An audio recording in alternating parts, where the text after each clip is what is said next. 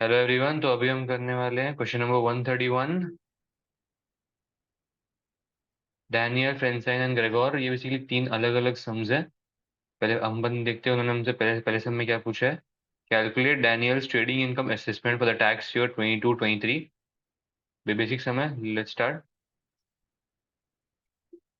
Computation computation of Daniel's Daniel's trading income assessment, trading income लिखते for the year and 22-23 particulars found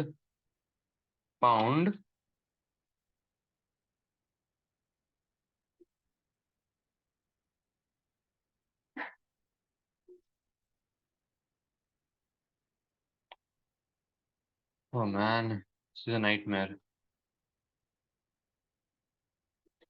Found, चलो ये हो गया। भी फिर ये Amanda, Beatrice and Cloud have been in partnership since 1st of November 2016, preparing accounts to the to 31st of October annually. Daniel joined as a partner on 1st of May 2022. Okay. Profits have always been shared equally. Okay. Partnerships recent cash trading profits are as follows: 1st of October 21, 31st of October 22, and 31st of October 23. Okay.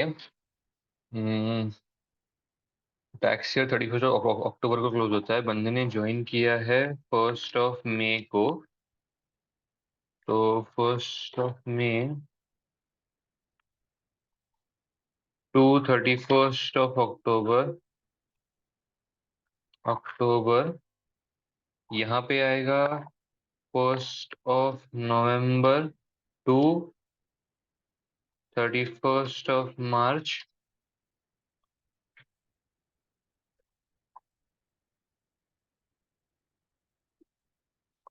तो ये होंगे profits. Profits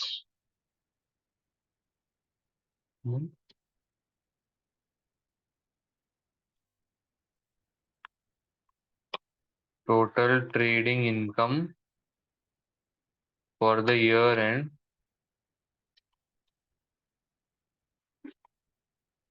तो हमें इन दोनों को add करना है basically. तो अभी एक काम कर लेते हैं, एक ना वर्किंग नोट बना देते हैं।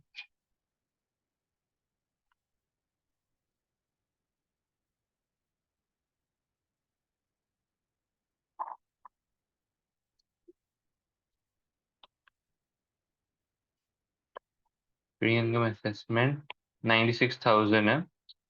अब ये 96,000 जो है, पहली बात तो अपने को इसको बांटना पड़ेगा।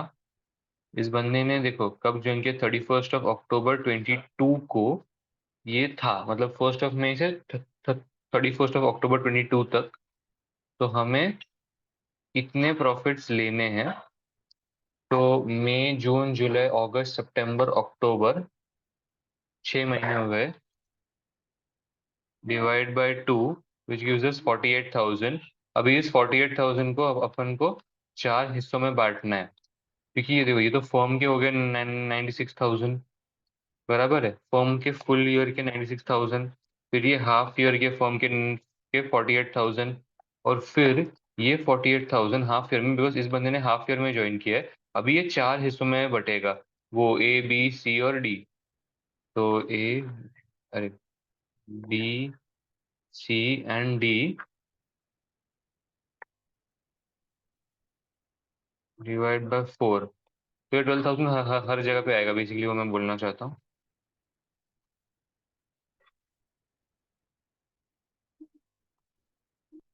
यहाँ पे डाल देंगे 12,000।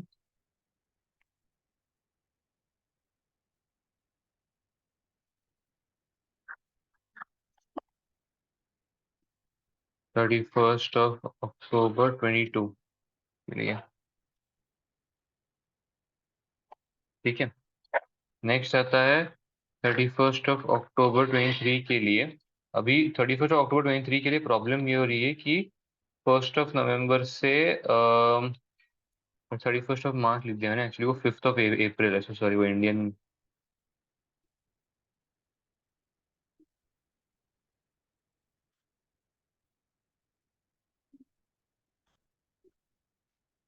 ठीक है, तो नवंबर, दिसंबर, जैन, फेब और मार्च, ये 5 महीनों के ही हमें देखना है। तो पहली बात तो 1,80,000 को अपने को 5 हिस्सों में बांटना है, सॉरी 5/12 करना है, इंटू 5/12, तो ये होगा 75,000। भी इसको हमें 4 हिस्सों में बांटना है, डिवाइड बाय 4, दिस इज 18,750, 18,750, 18,750, 18,750, ठीक है। तो यहाँ पे हमारा आ जाएगा 18,750, ठीक है। तो this is the total trading income for the of Daniels total trading income, ठीक है। एक बार चेक कर लेते हैं आंसर, 12,000, 18,750, ठीक है, डन। आगे बढ़ते हैं, बी पार्ट, तो ये हो गया अपना ए पार्ट। नेक्स्ट आता है बी पार्ट, इसमें भी अपने को क्या ढूंढना है। Francine is employed by Fringe PC, okay.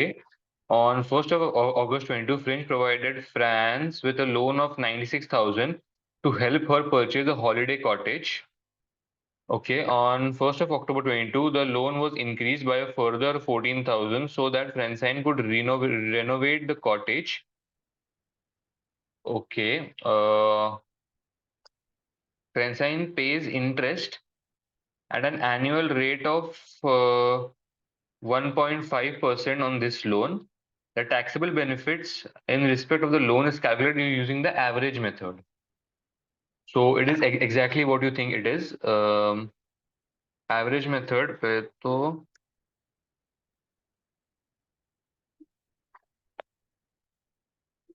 computation of taxable benefit of Francine for the year ended, for the year end 22-23.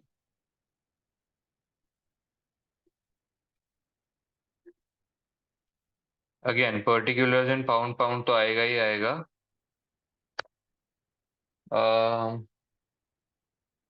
Next उसके बाद हमें जो करना है वो है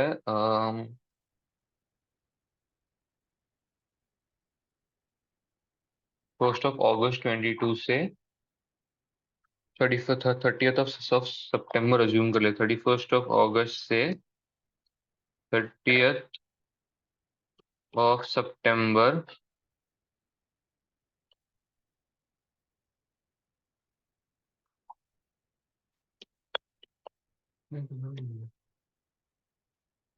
फर्स्ट ऑफ अक्टूबर से 5th ऑफ अप्रैल तक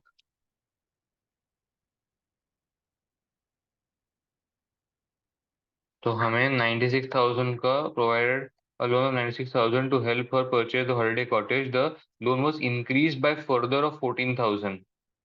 तो हमको पहले ईयर में 96,000 मिला, और अगले साल में हमें 14,000 का ज्यादा, यानी कि 1,10,000 मिला, ठीक है। अभी हमें इसका टोटल लेना है, पहले तो टोटल लेंगे, कितना होता है वो देख लेते हैं। 1,06,000। अभी हमें इस चीज का अगर हम एक एवरेज ले लेते हैं,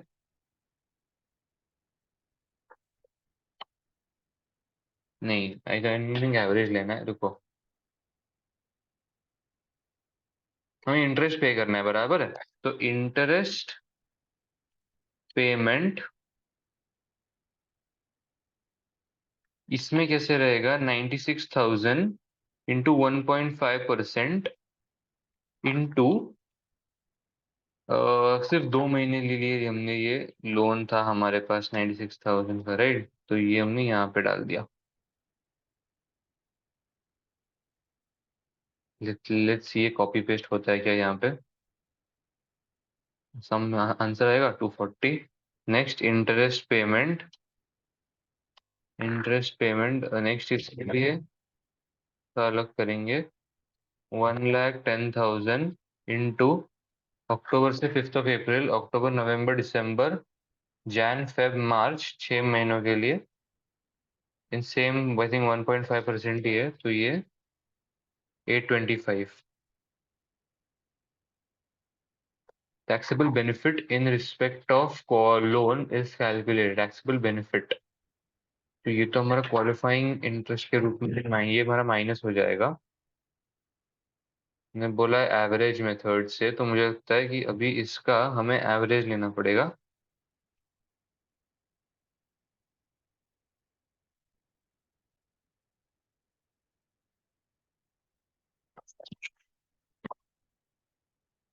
इसका average, the total instead of loan is calculated. So I think this is the taxable benefit benefit in respect of the loan calculated, वो सब ठीक है। टैक्सेबल बेनिफिट इतना ये हो गया, तो अभी हमें 1,03,000 माइनस ये और माइनस ये, I think 1,19,335 should be the answer. इतना ज्यादा कैसे आ सकता है? जनरेट, ठीक है, एक बार आंसर चेक कर दे, तो कुछ गलत रहेगा तो हमें मतलब पता चलेगा।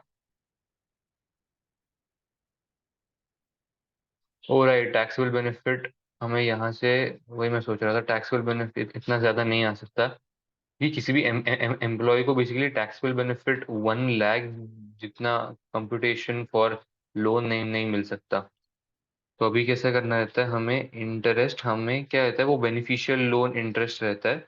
बेनिफिशियल लोन इंटरेस्ट, इसमें कैसे रहता है? 1,03,000 इंटू 0.02% हम करते हैं, इंटू हमें कहाँ से कहाँ तक मिला है? 1 अगस्त से 5 अप्रैल तक, यानी कि और 8 महीनों के लिए मिला है। तो ये हो गया इतना। So now whatever we have to do is we have to reduce from this, and then we get 308 basically. That's how we have got the answer. तो पहले हमें एवरेज में मतलब मेथड से इसे सॉल्व ये करना था। तो एवरेज में मेथड में क्या होता है कि बेसिकली समझो, मैंने फॉर द फर्स्ट 3 मंथ्स एक अमाउंट दिया है, और अगले 3 महीने के लिए मैंने वो अमाउंट तो दिया ही है, उसके साथ कुछ और दिया है, या कोई अलग अमाउंट दिया है टोटली। यहाँ पे समझो मैंने यहाँ पे 10,000 रुपए दिए, या यहाँ पे मैंने 5,000 रुपए दिए। तो जैसे हम शेयर मतलब मार्केट में ये करते हैं ना, कि मतलब एक शेयर ये खरीदा, किसी और डेट पे खरीदा, और अगर हमने सेकंड शेयर किसी और डेट पे खरीदा, तो इसको बेसिकली एवरेज आउट करने के लिए डिवाइड बाय 2 करेंगे, तो 7,500 ऐसा। तो हमें 7,500 कैलकुलेट करना है। उसके ऊपर फिर हम बेनिफिशियल लोन का इंटरेस्ट चार्ज करेंगे, विच इज 0.2% हम अज्यूम करके चलते हैं, मतलब 2% हम अज्यूम कर करके चलते हैं, ऐसा। ठीक है, अब आगे बढ़ते हैं सी पार्ट की तरफ। This scenario relates to one requirement. Gregor has been self-employed since 6th of April 2008. He has the following income and the chargeable gains for the tax years 21-22 and 22-23. The chargeable gains है, required क्या है? On the assumption that Gregory relieves the trading loss of 68,800 as early as possible, calculate the amount of trading loss carried forward to the tax year 23-24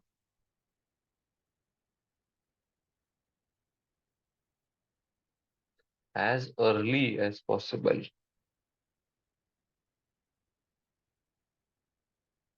hmm,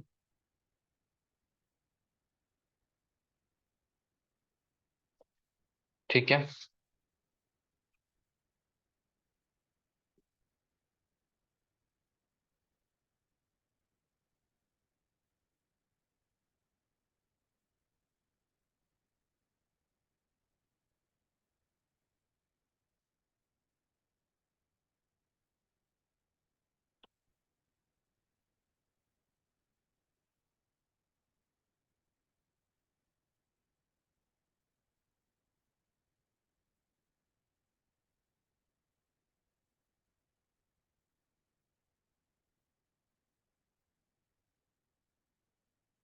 computation of trading loss carry for computation of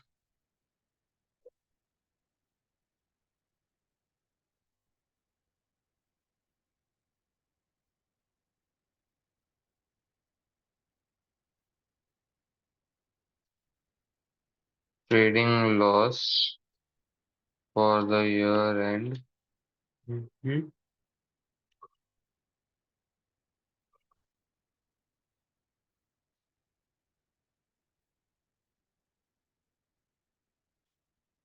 तो हमारा basic हम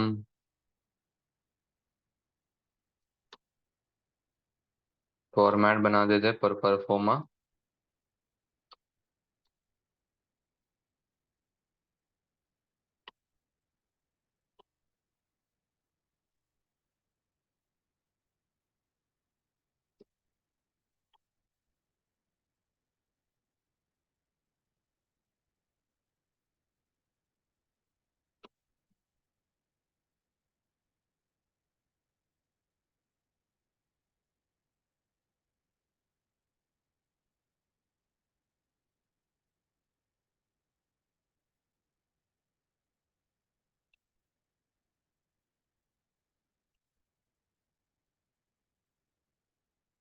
तो यहाँ पे zero है, यहाँ पे zero है, 900, यहाँ पे 17,400, पे 14,700, यहाँ पे 4,600, 13,000 एंड यहाँ पे लॉस है। ठीक है, तो अपन हमेशा क्या करते हैं, एक लॉस मैम मतलब मेमोरेंडम बनाते हैं। Let's just make that loss memorandum here.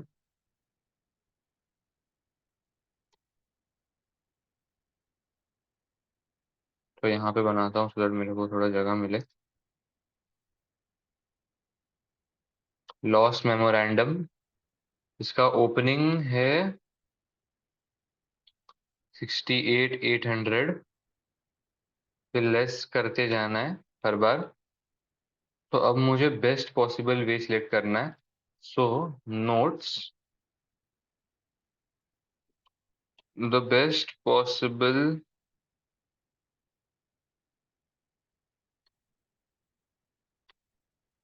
claim that Gregor can make is relief against total income। ठीक है, रिलीफ अगेंस्ट टोटल इनकम मेरे हिसाब से बेस्ट वे है आगे जाने के लिए। रिलीफ अगेंस्ट टोटल इनकम क्या बोलता है कि हम offset against income of the previous total income previous year and current year. ठीक है, तो बेस्ट पॉसिबल वे हमको करना है सिलेक्ट। हम एडजस्ट पे ही शायद नहीं कर सकते इसमें। Loss relief against total income मेरे हिसाब से पीए लॉस्ट हो जाता है इस मोस्ट ऑफ द केसेस में।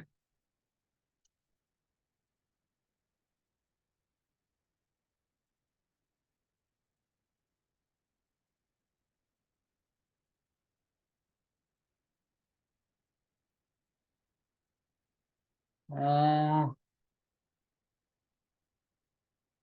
देखो chargeable gain we can carry forward. ठीक है, कैपिटल लॉस है ये, कैपिटल लॉस उसको हम कैरी फॉरवर्ड ये करते हैं सो दैट हमारा वो लॉस अभी सेट ऑफ होके खत्म ना हो जाए। प्रॉपर्टी लॉस बचता है फिर। What what do we do मुझे लगता है इतना बेसिक सम तो नहीं पूछेंगे कि खाली ये माइनस करो एंड आंसर मिल गया। कुछ तो होगा उसमें।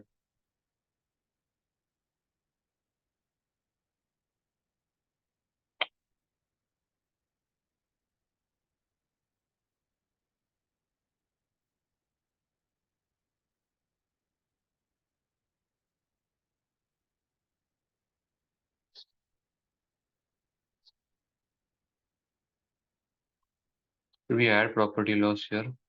and see what happens. Hmm.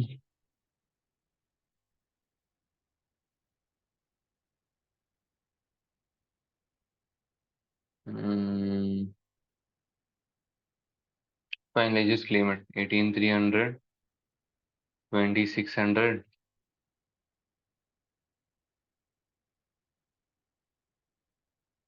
एक काम करते हैं, लेस प्रॉपर्टी लॉस पहले अपन यहाँ पे कर लेते हैं डिडक्ट। कितना था वो? 2,300। यहाँ बचता है 16,000। फिर यहाँ पे जीरो, मतलब यहाँ पे जीरो, यहाँ पे zero, less property, less property loss नहीं, लेस,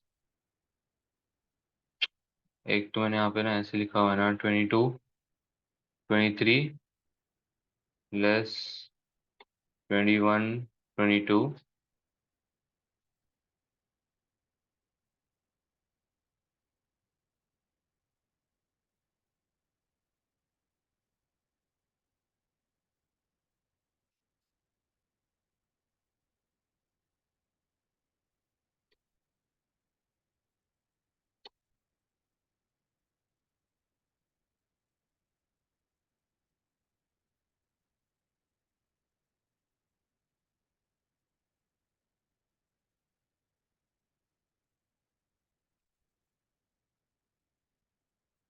तो जो कैरीड फॉरवर्ड लॉस होगा दैट वुड बी 32,200 मेरे हिसाब से। चार्जेबल गेन्स कैरी फॉरवर्ड करना चाहिए मेरे हिसाब से, क्योंकि सी अगर हम कैरी फॉरवर्ड वो कर देंगे तो हमारा बेस्ट पॉसिबल रिलीफ होगा वो, है ना।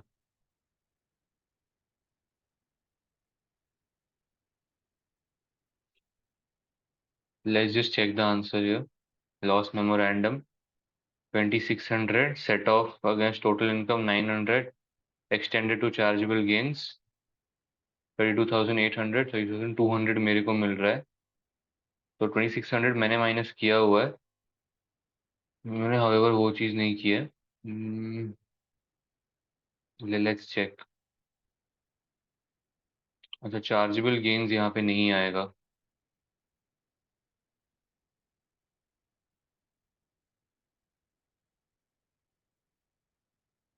ओके,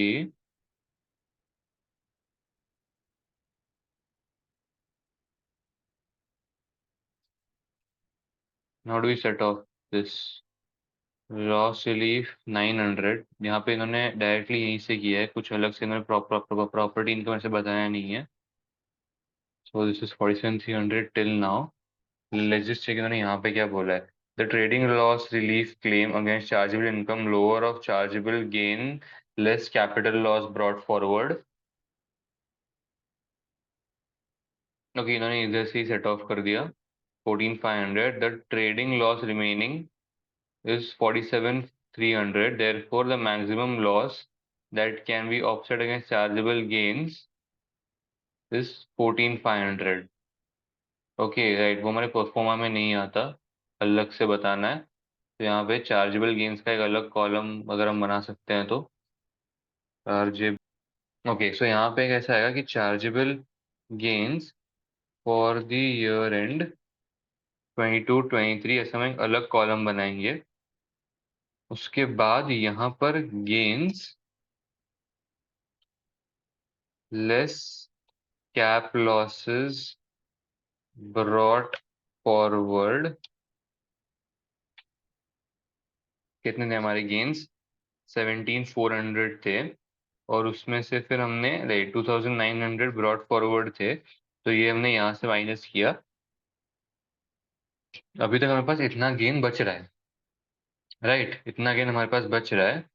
तो वो हम less cap loss, cap gains यहाँ से हम हमारे पास टोटल लॉस यहाँ पे 47,300 था, यहाँ पे गेन 14,500 था, तो यहाँ पर हम डाल सकते हैं 14,500 directly. It would give us 32,800। उनको लॉस मेमोरेंडम वर्किंग में चाहिए था rather than ये सब, बट ठीक है।